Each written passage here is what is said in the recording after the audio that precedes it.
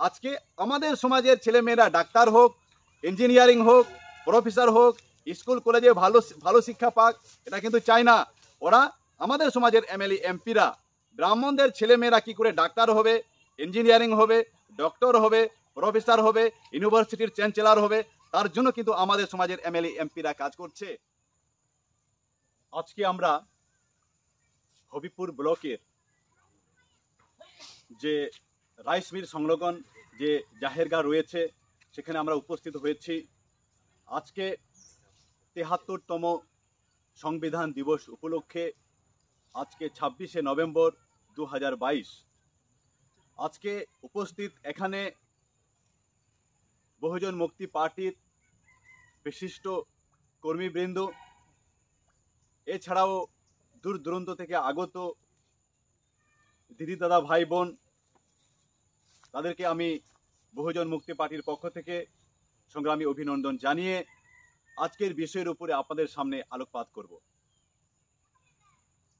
আজকে স্বাধীনতার ৭৫ বছরে যদি আমরা দেখি, আজকে ভারতবর্ষের যা পরিস্থিতি, আজকে এসটি এসসি ওবিসি থেকে ধর্ম পরিবর্তিত খ্রিস্টান মুসলিম জৈনদের যে অবস্থা যদি আমরা লক্ষ্য করি,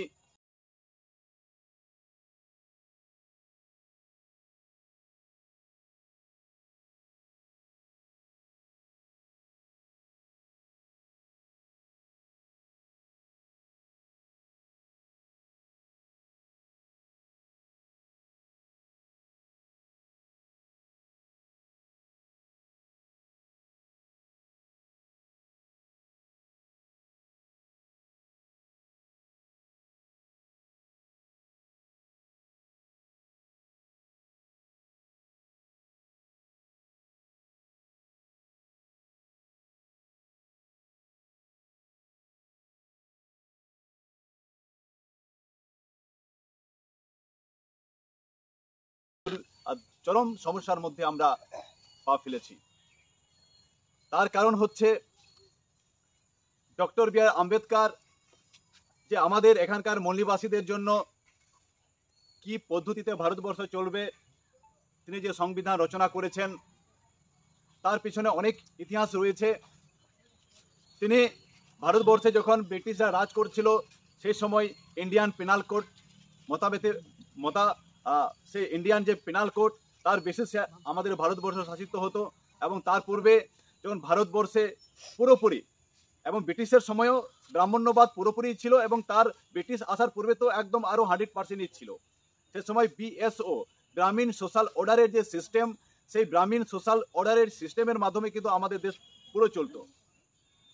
তো যখন ভারতবর্ষে যখন এখানকার মল্লিবাসীদের সম্পত্তি রাখার অধিকার ছিল না, পড়াশোনা করার অধিকার ছিল না, একটা মানুষের মধ্যে যে সমতা, স্বতন্ত্রতা, বন্ধুত্ব নেই যখন ছিল না, তখন ডক্টর বি আর আম্বেদকর তিনি চিন্তা করলেন যে আজকে আমাদের মানুষ স্বাধীন নয়, আমাদেরকে স্বাধীন হতে হবে।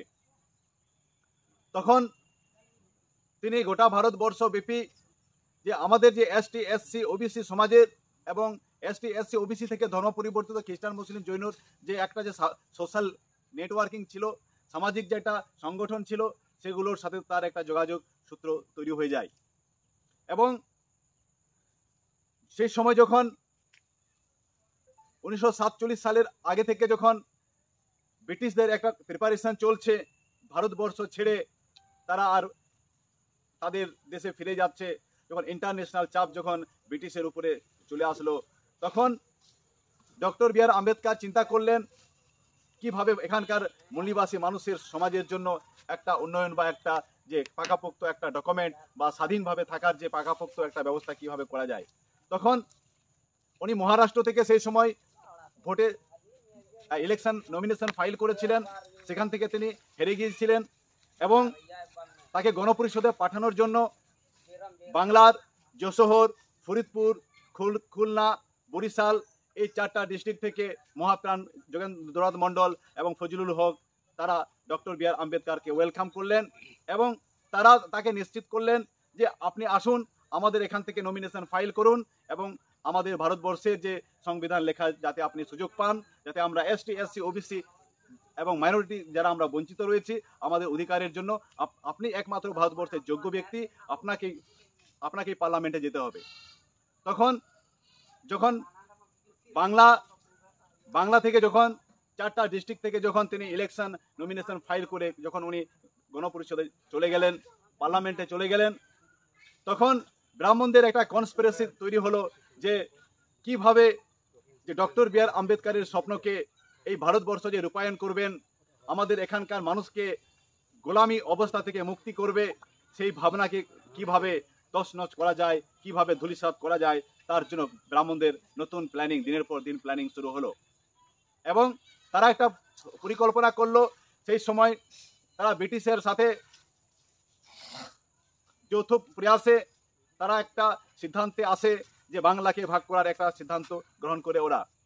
তখন বাংলাকে এমনভাবে ভাগ করা হলো যে জায়গা থেকে ডক্টর বি আর আম্বেদকর ইলেকশনে জিতেছিলেন, সেই জায়গা যশোহর, ফরিদপুর, খুলনা, বরিশাল, এই 4টা ডিস্ট্রিক্ট সেটা বাংলাদেশে পাকিস্তানে ঢুকিয়ে দেওয়া হয়। সেই অংশ ভারতবর্ষে রাখা হলো না এবং সেই 4টা ডিস্ট্রিক্টে যদি বলা হতো এসটি এসসিরা, অর্থাৎ যাদের আমরা বলছি হিন্দু, আমরা যদি বলি যে হিন্দু, তাহলে 71% সেই 4টা ডিস্ট্রিক্টে ছিল, 71%। তথাপি সেটা পাকিস্তানে দেওয়া হলো। তার মানে তাদের উদ্দেশ্য হচ্ছে যখন পাকিস্তানে সেই 4টা ডিস্ট্রিক্টকে দেওয়া হলো, তার কারণটা হচ্ছে তার যে মিনিস্টারশিপ, তার যে নেতৃত্ব, তার যে উনি যে একজন মিনিস্টার, তার যে মিনিস্টার কিন্তু থাকলো পাকিস্তানে, তার শরীর থাকলো আমাদের ভারতবর্ষে। তাহলে উনি ভারতবর্ষে থেকে আর নতুন করে তো পাকিস্তানে তিনি সংবিধান তো লিখতে পারছেন না, তিনি ভারতের সংবিধান লেখার জন্য কিন্তু উনি নমিনেশন ফাইল করেছিলেন সেখানে, কিন্তু তার যে স্বপ্ন সেটা বাস্তবায়িত হলো না। তখন তিনি ভারতবর্ষ থেকে তিনি সরাসরি লন্ডন চলে গেলেন। সেখানে চার্চিলকে বললেন যে আপনারা 200 বছর ভারতবর্ষে রাজ করলেন, আমাদের এখানকার এসটি এসসিদের জন্য আপনারা কি করলেন? তখন ব্রিটিশ গভর্নমেন্টকে বলছে যে আপনারা 200 বছর ভারতবর্ষে রাজ করলেন, তাহলে এসটি এসসিদের জন্য আপনারা কি করলেন? তখন ব্রিটিশদের যে মিনিস্ট্রি ছিল সেখান থেকে তিনি সিলেক্টেড হলেন। সিলেক্টেড হওয়ার পর তিনি সংবিধান লেখার যে সুযোগ পেলেন, এবং সংবিধান লেখার যখন উনি সুযোগ পেলেন, তিনি ড্রাফটিং কমিটির চেয়ারম্যান হলেন। যখন উনি ড্রাফটিং কমিটির চেয়ারম্যান হলেন, ড্রাফটিং কমিটির চেয়ারম্যান এবং অন্যান্যরা যারা সদস্য ছিলেন, টোটাল ছিলেন 7 জন ছিলেন। তার মধ্যে 2 জন মারা গেলেন, 2 জন বিদেশে পালিয়ে গেলেন, তার মধ্যে একজন অসুস্থ অবস্থায় থাকলেন, আর একজন দূরে থাকার কারণে উনি সেই সংবিধান কিভাবে লিখতে হবে সেখানে সহযোগিতা করতে পারলেন না। ডক্টর বি আর আম্বেদকর কিন্তু একা সংবিধান রচনা করলেন, এবং রচনা করার পর 1949 সাল 26শে নভেম্বর সংবিধান গৃহীত হলো, এবং 1950 সাল 26শে জানুয়ারি সংবিধান কার্যকরী করা হয়। তার মাধ্যমে ভারতবর্ষে যখন 1947 সালে 15ই আগস্ট যখন মোহনচাঁদ করমচাঁদ গান্ধী যে আজাদির কথা বলেছিলেন, সেই 1947 সালে 15ই আগস্ট আমাদের এখানকার মূল্যবাসীরা আমরা স্বাধীন হয়নি। সেই সময় যদি আমরা দেখি, ব্রিটিশ যেমন বিদেশি ছিল, আর্য ব্রাহ্মণও বিদেশি ছিল, সে ব্রিটিশ বিদেশি আর্য ব্রাহ্মণদের কাছে ক্ষমতা হস্তান্তর করেছে, কিন্তু আজও আমাদের স্বাধীনতা কিন্তু হয়নি। স্বাধীনতা যদি হয়ে থাকে তাহলে ডক্টর বি আর আম্বেদকর যে সংবিধান লিখেছেন, এবং 26শে জানুয়ারি 1950 সালে যখন কার্যকরী করা হয়, তার মাধ্যমেই কিন্তু ডক্টর বি আর আম্বেদকর আমাদের লোককে, এখানকার মূলনিবাসীকে স্বাধীন করেছে। 1947 সালে 15ই আগস্ট যে তথাকথিত স্বাধীনতা আমরা ঘোষণা করছি বা আমরা ইতিহাসে পড়েছি, আমরা কিন্তু স্বাধীন হয়নি। ব্রাহ্মণরা স্বাধীন হয়েছে, মনুবাদীরা স্বাধীন হয়েছে, আমরা স্বাধীন হয়নি। তাহলে মোহনচাঁদ করমচাঁদ গান্ধীর, জওহরলাল নেহরুর যে আন্দোলন ছিল, সেটা ব্রাহ্মণদের স্বাধীনতার আন্দোলন ছিল। আমাদের এখানকার মূল্যবাসীদের স্বাধীনতার আন্দোলন ছিল না। আমাদের লোকেরা বিভিন্ন জায়গায় পড়ছে যে 1947 সালে 15ই আগস্ট দেশ স্বাধীন হয়েছে। আমাদের কিন্তু সাথী আমাদের বুঝতে হবে যে সেই স্বাধীনতা হচ্ছে ব্রাহ্মণদের স্বাধীনতা, আমাদের মূল্যবাসীদের স্বাধীনতা হয়নি। মূল্যবাসীদের স্বাধীনতা ডক্টর বি আর আম্বেদকরের সংবিধান লেখার পরেই কিন্তু আমরা স্বাধীনতা পেয়েছি। এখন হচ্ছে স্বাধীনতার 75 বছর আমরা পদার্পণ করছি। আজকের দিনে ব্রাহ্মণ্য ব্যবস্থা আরো বেশি শক্ত হচ্ছে। আজকের তারিখে যদি আমরা যে গোটা ভারতবর্ষে যদি আমরা সমীক্ষা দেখি, এসটি, এসসি, ওবিসি, মাইনরিটিদের যে চাকরির যে পরিসংখ্যান যদি দেখি, শিক্ষাগত যদি আমরা পরিসংখ্যান দেখি, পার্লামেন্টে জুডিশিয়ারি ডিপার্টমেন্টে যদি আমাদের রিপ্রেজেন্টেশন দেখি, তাহলে ব্রাহ্মণদের তুলনায় আমাদের অতি নগণ্য। প্রায় 80% আইএস, আইপিএস সমস্ত সেক্টরে ব্রাহ্মণদের কবজা। 92% সম্পত্তি উচ্চ বর্ণের দখলে আজকে। আর মিডিয়া তো 100% ব্রাহ্মণদের দখলে আজকে। আর এদিকে সমস্ত সেক্টর, আবার যদি আপনারা দেখুন যদি জুডিশিয়ারি ডিপার্টমেন্ট 97% হচ্ছে উচ্চ বর্ণের কবজায়। তাহলে আজকে স্বাধীনতার যে 75 বছরে আমরা চলে আসলাম, তাহলে আস্তে আস্তে আস্তে আস্তে সংবিধানকে প্রভাবহীন করা হচ্ছে। আর সেই সংবিধানকে প্রভাবহীন করার পিছনে আজকে ব্রাহ্মণ্যবাদীদের যে নেটওয়ার্কিং, যে জাল গোটা ভারতবর্ষে ছড়িয়ে ছিটিয়ে রয়েছে, সেই জাল কাজ করছে। সেই সময় আমরা যদি দেখি, সংবিধান ডক্টর বি আর আম্বেদকর যখন লিখলেন, তারপরেই আমাদের ছেলে মেয়েরা doctor, engineering, professor, MLA, MP তৈরি হওয়ার সুযোগ পেয়েছে। তার আগে কিন্তু ছিল না। 33 কোটি দেবতাও কিন্তু আমাদের সমাজের মানুষকে শিক্ষার দরজা খুলে দিতে পারেনি। চাকরির দরজা, ইঞ্জিনিয়ারিং, প্রফেসর তৈরি হওয়ার জায়গা কিন্তু 33 কোটি দেবতাও কিন্তু আমাদের খুলে দিতে পারেনি। সেই ডক্টর বি আর আম্বেদকর সেই 33 কোটি দেবতা যেটা করতে পারেনি, সেই একজন দিয়ে সেটা কিন্তু সম্ভব করেছে।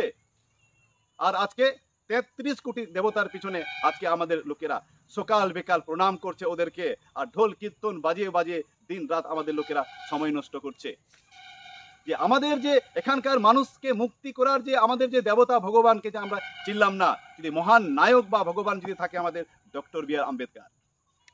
আজকে স্বাধীনতার 75 বছরে যদি আপনারা দেখেন যে আজকে বিভিন্ন জায়গাতে নারীদের ধর্ষণ করা হচ্ছে। ব্রাহ্মণরা কি বলছে? নারীদের ধর্ষণ করা হচ্ছে ব্রাহ্মণদের জন্মগত অধিকার। কি সুন্দর কথা লিখেছে ঋগ্বেদে, বিভিন্ন ধর্মশাস্ত্রে। শূদ্র নারীদের ধর্ষণ করা ব্রাহ্মণদের জন্মগত অধিকার। আমার মনে হয় যে ভারতবর্ষের যে ধর্মগ্রন্থর বাইরে আর অন্য কোনো বিশ্বের যে আরো যে বিভিন্ন ধর্মগ্রন্থ আছে, এরকমের কোনো শব্দ কথা প্রকাশ নেই। আজকে যদি নারীদের যদি স্বাধীনতা দিয়ে থাকে, একমাত্র ডক্টর বি আর আম্বেদকরই নারীদের পূর্ণ স্বাধীনতা দিয়েছে। ব্রাহ্মণ্যবাদে নারীরা কখনো স্বাধীনতা পায়নি। ব্রাহ্মণ্যবাদের সিস্টেমে নারী মাত্রই শূদ্রাণী। বাল্যে হচ্ছে পিতার অধীন, যৌবনে স্বামীর অধীন, বার্ধক্যে পুত্রের অধীন।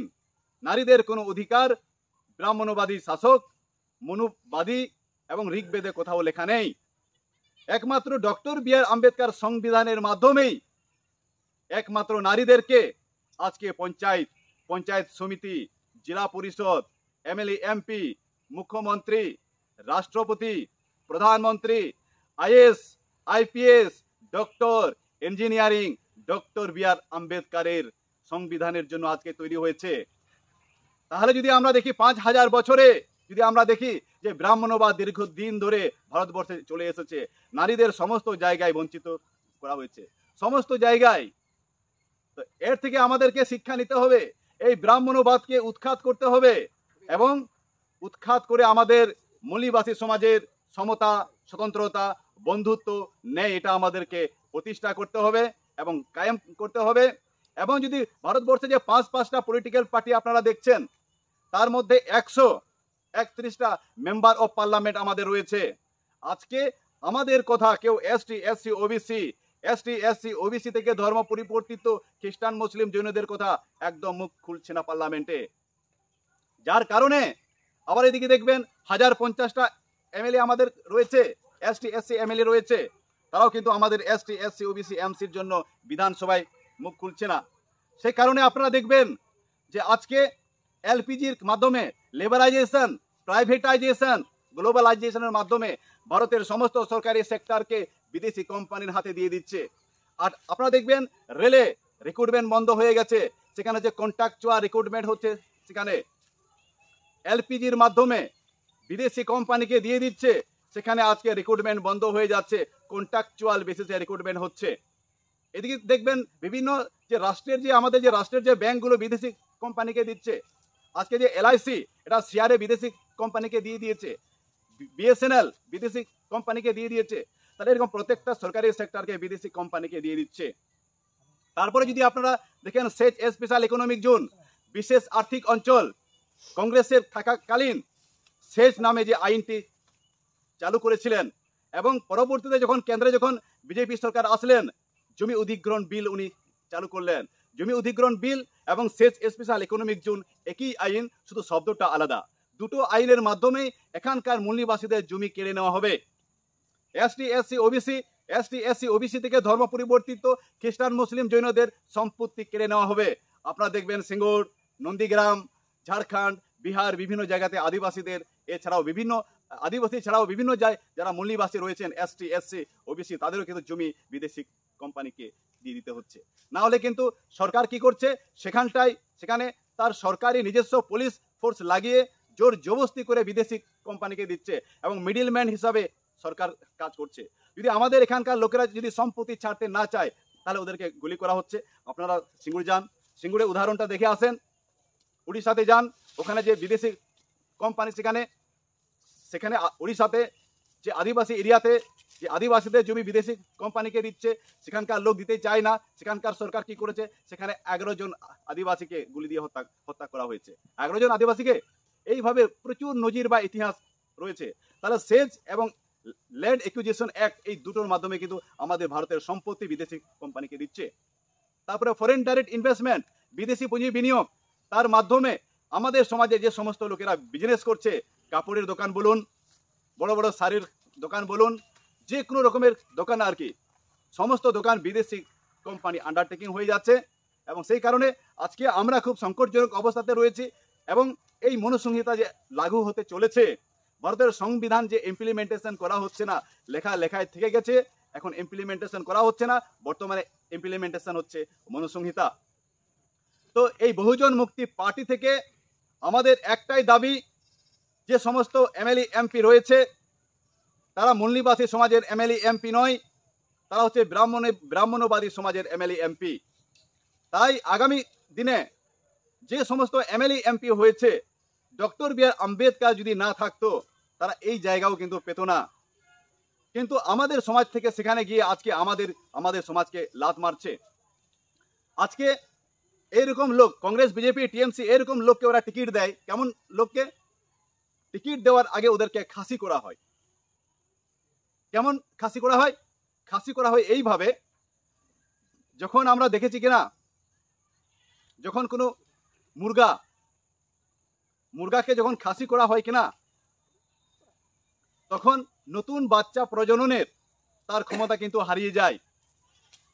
তখন যদি কোনো মুরগি ডিম পেড়ে যখন বাচ্চা ফুটায়, তখন মুরগার কাজ হচ্ছে, মোরগের কাজ হচ্ছে কি, যাতে ওই বাচ্চাগুলো অন্য একটা মুরগি এসে যদি ওদেরকে আক্রমণ না করে, তার জন্য মোরগের কাজ কি, ওই বাচ্চাগুলোকে পরিষেবা দেওয়া, গাইড করা। আজকে আমাদের সমাজের ছেলেমেয়েরা ডাক্তার হোক, ইঞ্জিনিয়ারিং হোক, প্রফেসর হোক, স্কুল কলেজে ভালো শিক্ষা পাক, এটা কিন্তু চায় না।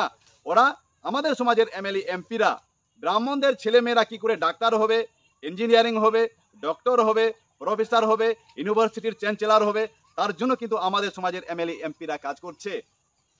আমাদের সমাজের মানুষকে উচ্চশিক্ষা পাওয়াতে হবে, অধিকার দিতে হবে, তার জন্য কিন্তু আমাদের এমএলএ এমপিরা কাজ করে না। কারণ টিকিট তো ওদের আমরা দেইনি না, টিকিট দিয়েছে ব্রাহ্মণ, ওদেরকে দিয়েছে, ব্রাহ্মণদের ওদের কাজ করার জন্য ওদেরকে পাইড হিসাবে রেখেছে না। তার জন্য এই বহুজন মুক্তি পার্টি নিজস্ব প্ল্যাটফর্ম তৈরি করছে। এই বহুজন মুক্তি পার্টির বয়স বেশি দিন হয়নি, 2012 6 ডিসেম্বর। এই পলিটিক্যাল পার্টি এখনো নাবালকই আছে, এখনো তো যুবক হয়নি, নাবালকই আছে। তবুও কিন্তু আজকে ভারতবর্ষের পাঁচটা ন্যাশনাল পলিটিক্যাল পার্টি এই বহুজন মুক্তি পার্টিকে ভয় করে।